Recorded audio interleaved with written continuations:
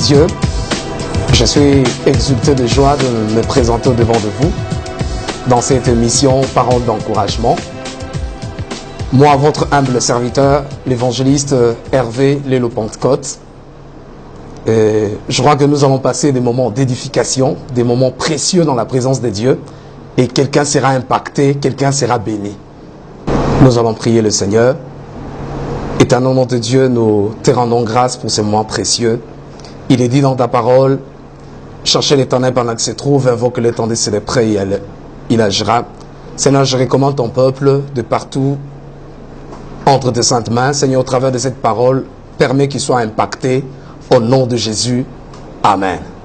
Nous allons parler tout autour d'un thème très capital sur fini l'amertume. C'est un thème qui va nous impacter, nous amener au bon port, parce que c'est dans la volonté de Dieu. Nous prenons directement nos Bibles. Nous avons 3 portions des Écritures. Nous allons lire Exode chapitre 15, les versets 22 à 25. Nous allons lire Philippiens chapitre 4, les versets 6 à 7.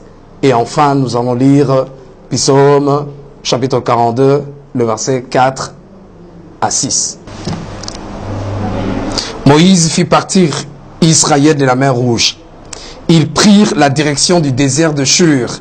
Et après 3 journées de marche dans le désert, ils ne trouvèrent point d'eau. Ils arrivèrent à Mara, mais ils ne purent pas boire l'eau de Mara parce qu'elle était amère. C'est pourquoi ce lieu fut appelé Mara. Le peuple murmura contre Moïse en disant, « Que boirons-nous » Moïse cria à l'Éternel, et l'Éternel lui indiqua un bois qu'il jeta dans l'eau, et l'eau devint douce. Ce fut là que l'Éternel donna au peuple de loi et des ordonnances. Ce fut là qu'il le mit à l'épreuve. Nous allons relire Philippiens chapitre 4, le verset 6 à 7. Ne vous inquiétez de rien, mais en toute chose, faites connaître vos besoins à Dieu par des prières, des supplications, avec des actions de grâce. Et la paix de Dieu qui surpasse toute intelligence gardera vos cœurs et vos pensées en Jésus-Christ. Que Dieu bénisse sa parole. Le thème de ce soir, c'est « Fini l'amertume ». Fini l'amertume. Vous savez une chose, que Dieu a toujours eu un bon projet sur ses enfants. Il a dit dans sa parole, « Je connais le projet que j'ai formé sur vous », dit l'Éternel. Projet de bonheur, de paix et non de malheur, pour vous donner un avenir et de l'espérance. Et la volonté de Dieu est que les enfants de Dieu soient dans des conditions optimales. La volonté de Dieu est que les enfants de Dieu vivent le bonheur. Les enfants de Dieu jouissent de ses promesses dans sa totalité. C'est pour cela que Dieu me met à cœur de vous transmettre ces messages disant que finit l'amertume. Et nous sommes dans Exode chapitre 15, verset 22 à 25 que nous avons lu tout à l'heure. Et vous allez remarquer que les enfants d'Israël ont fait 3 journées de marche. Et pendant ces 3 journées de marche, les enfants d'Israël n'ont pas bu. Ils avaient tellement soif. Et sur leur chemin, pendant qu'ils marchaient sur leur chemin, ils ont rencontré une eau stagnante. Ils ont vu que non, c'était peut-être une opportunité pour eux d'étancher leur soif. Mais chose étonnante, ils essayent de goûter, l'eau était amère.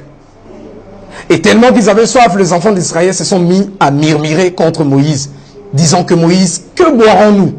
Parce que l'eau que nous avons essayé de goûter est amère. Dites-nous Moïse. Moïse était importuné par les enfants d'Israël. Il ne savait quoi faire. Et la Bible dit Moïse invoqua l'Éternel. Et Dieu lui indiqua un bois. Et lorsque Dieu lui a indiqué un bois, il a pris ce bois, il l'a introduit dans l'eau, et l'eau était devenue douce et pasteurisée. Amen. Pour dire quoi? L'amertume, Dieu dit, fini l'amertume. Donc ça veut dire que tu es là, tu as l'amertume dans ton cœur, tu es découragé, tu as des problèmes qui te rongent. Tu te poses maintes questions sur ton avenir. Tu es né dans une famille pauvre, une famille méconnue. Cela crée en toi des problèmes. tu as des problèmes à l'intérieur qui te rongent. Tu te dis, comment je vais m'en sortir dans cette famille pauvre, dans cette famille qui est méconnue au sein de la société. Mais je voulais te dire une chose, l'élévation ne vient ni de l'Orient, ni de l'Occident, mais l'élévation vient de l'Éternel. C'est Dieu qui bénit. Les enfants d'Israël se sont inquiétés, ils se sont posé des questions sur leurs problèmes. Ils avaient soif, ils devaient boire quelque chose. Mais devant cette eau amère, ils étaient face à une inconnue. Mais ils ont invoqué l'Éternel. Moïse a invoqué son Dieu et son Dieu a fait quelque chose. Je voulais dire à quelqu'un, pendant cette période d'amertume, cette période trouble que tu es en train de passer, tu vois comme si tu es dans un impasse. Tu vois comme si tu es dans une situation sans issue. Mais je voulais te dire, Dieu a prévu une voie de sortie pour toi. C'est que toi tu trouves impossible. Cela est impossible par rapport à toi, mais cela n'est pas impossible par rapport à Dieu. Parce que nous sommes face à un royaume des solutions. À un royaume des possibilités. Ne t'inquiète de rien, parce que celui qui est en toi est plus fort que celui dans le monde. Moïse a invoqué Dieu, et Dieu lui a indiqué un bois. Et lorsqu'il a introduit ce bois, l'eau était devenue pasteurisée. Bien-aimés le Seigneur, nous venons dans la présence de Dieu avec nos problèmes, avec nos souffrances, avec nos difficultés. Mais des fois, le diable nous fait croire que nous avons des impossibilités. Donc, nos problèmes n'auront aucune solution apparemment, alors que c'est un tableau noir qui nous présente. Mais nous avons un Dieu qui a toujours eu un dernier mot sur nos destinées, sur nos vies. Il dit que ça peut encore marcher, c'est encore possible.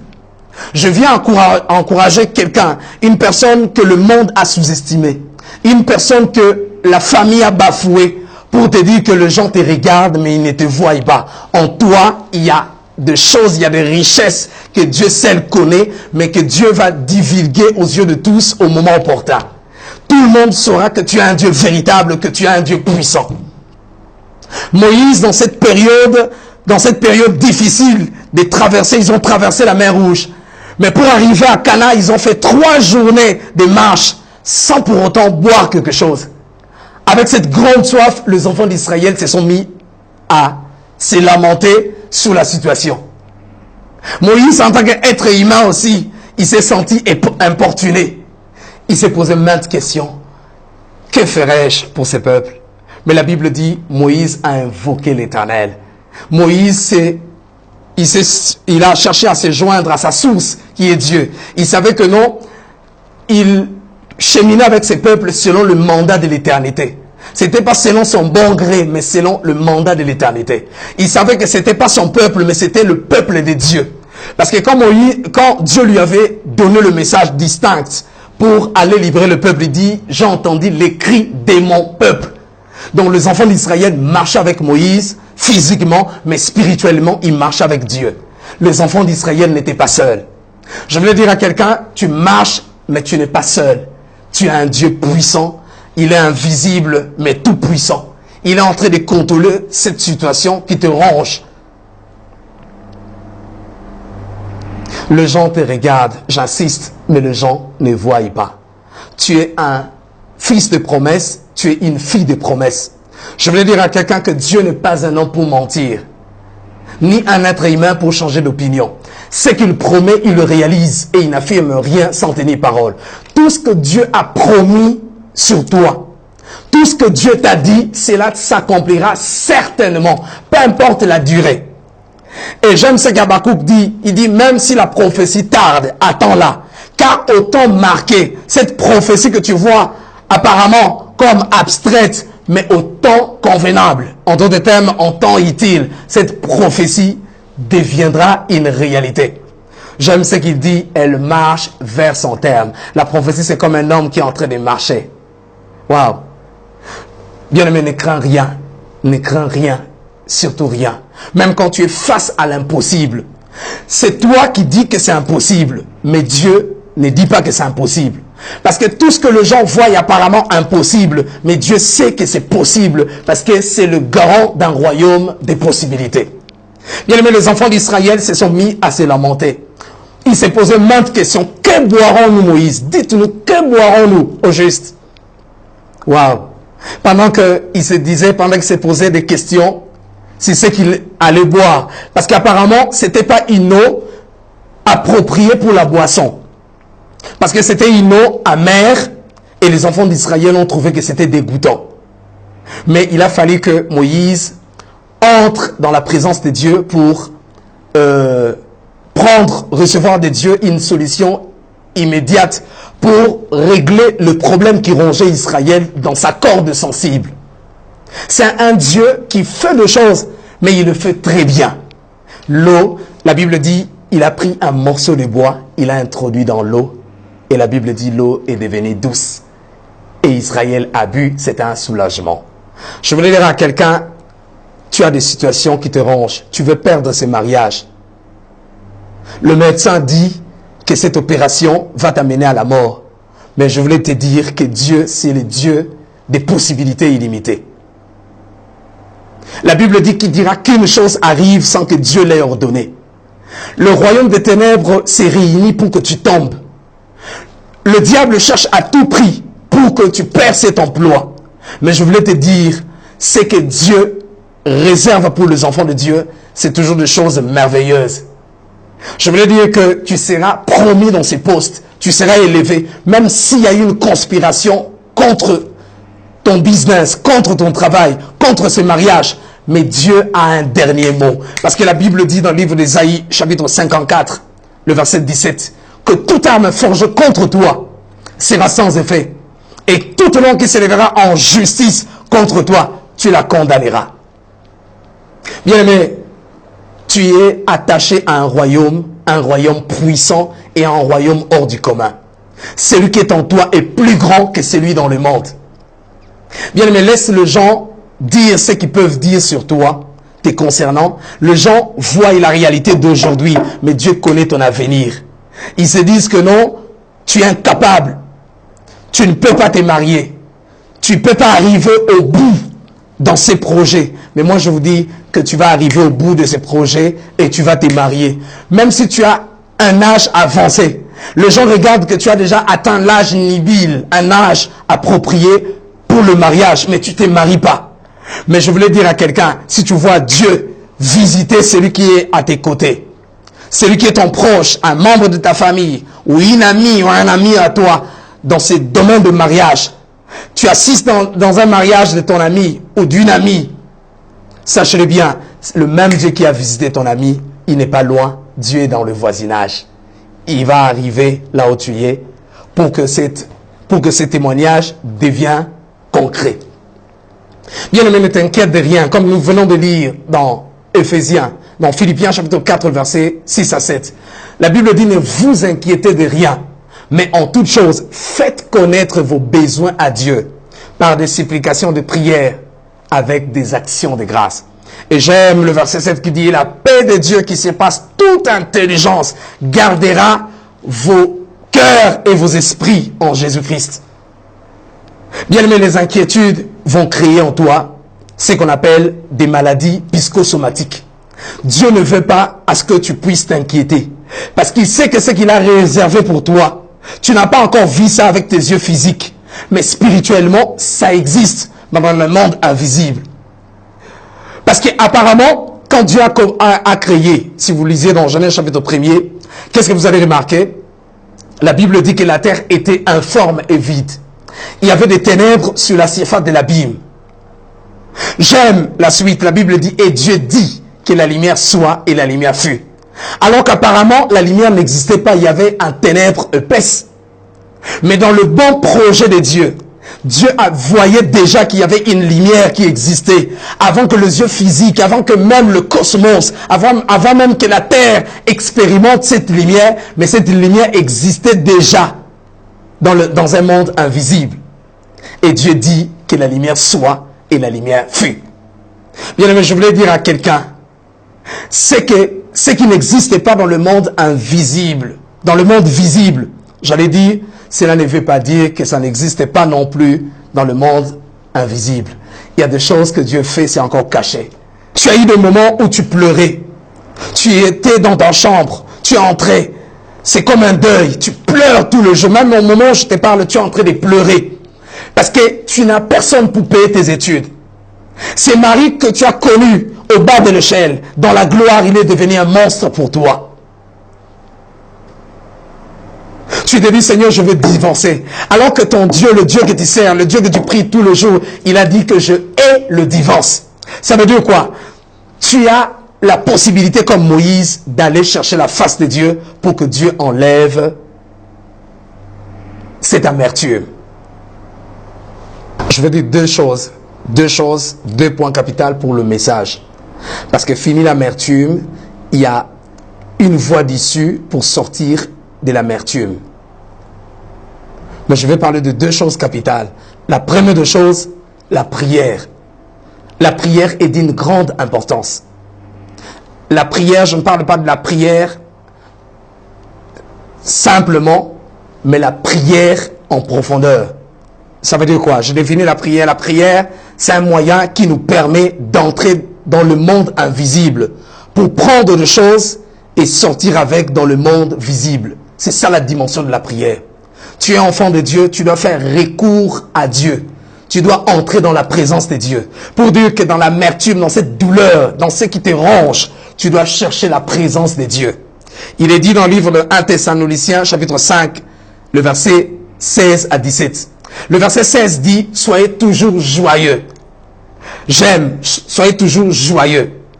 Mais le verset 17 dit, priez sans cesse. Donc, ça veut dire que quand tu es face à l'amertume, face à des choses qui te rongent, celui que tu dois chercher en premier lieu, c'est Dieu. Parce que Dieu, c'est lui qui est notre géniteur, qui est votre géniteur aussi. Et il est dit encore dans le livre de Chroniques, chapitre 10, 1 Chroniques, chapitre 16, j'allais dire, le verset 10 à 11. La Bible dit que le cœur de ceux qui cherchent l'Éternel se réjouissent. Ayez recours à l'Éternel et à son appui. Cherchez continuellement sa face. Pour sortir de cette situation horrible qui te ronge, la présence de Dieu. Ton problème est considéré comme problème avant que tu pries. Mais après avoir prié, ces problèmes seront tranchés aisément à cause de la présence de Dieu. Et la deuxième des choses, l'espérance. Bien aimé, il est très important. Il est très capital en tant qu'enfant de Dieu d'espérer, de continuer à espérer. Il est dit dans le livre d'Ecclésiaste, chapitre 9, le verset 4. Pour tous ceux qui vivent, il y a encore de l'espérance. Vaut mieux un chant vivant qu'un lion mort. Je voulais encourager quelqu'un. Tant que tu n'es pas encore mort, bien aimé, que personne n'est en terre. Parce que tu as des promesses de Dieu sur toi. Mais Dieu ce qu'il va faire, c'est de t'amener jusqu'au bout. D'amener le promesse qui t'a dite jusqu'à son terme. Parce que Dieu ne ment jamais. Bien aimé dans le Seigneur, ne perds jamais espoir parce que tu as un Dieu hyper puissant. Tu as un Dieu qui est capable de faire beaucoup de choses. Bien aimé, l'espérance est très capitale. Je vais prier avec toi. Je vais prier maintenant. Toi qui veux perdre ces mariages. Toi qui es arrivé au bout du rouleau. Toi qui se poses maintes questions. Comment sera mon avenir? Tu as été chassé. Ces bailleurs déjà est en train de s'apprêter pour t'acquiser. Parce que tu as tout consommé comme garantie locative. Tu ne peux rien.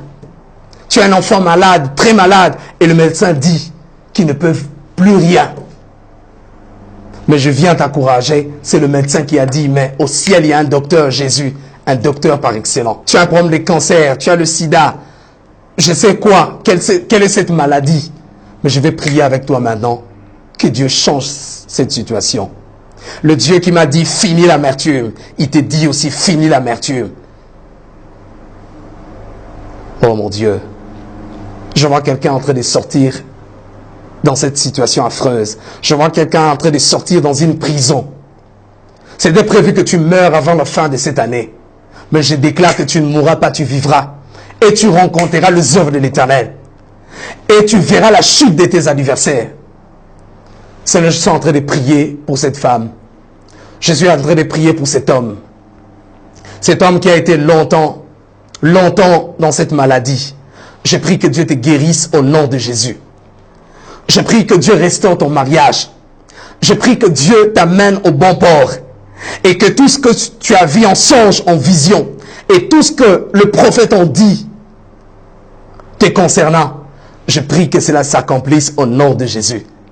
Que le Dieu qui a dit dans sa parole, dans le livre de Jacques chapitre 1er, le verset 17, que toute grâce excellente et tout don parfait descend d'en haut du Père des Lumières, chez lequel il n'y a ni changement, ni ombre de variation. Que ce Dieu place sur ton chemin des hommes providentiels. Que ce Dieu t'amène loin au nom puissant de Jésus. Je déclare que tu ne mourras pas. Je déclare que tu verras la réalité de tes rêves. Laisse que mon Dieu te bénisse. Laisse que mon Dieu bénisse cette parole. Laisse que Dieu bénisse tous ceux qui me suivent de partout dans le monde. Au nom de Jésus de Nazareth, que Dieu vous guérisse. Je parle à cette maladie incurable de quitter votre corps maintenant. Au nom de Jésus de Nazareth. Merci. Merci parce que tu restaures un mariage. Merci parce qu'il y a quelqu'un qui était longtemps dans le pleur, mais tu donnes un nouveau sourire à quelqu'un. Merci Seigneur parce que tu le restaures. Au nom de Jésus. Merci Seigneur. Amen. Que Dieu vous bénisse énormément.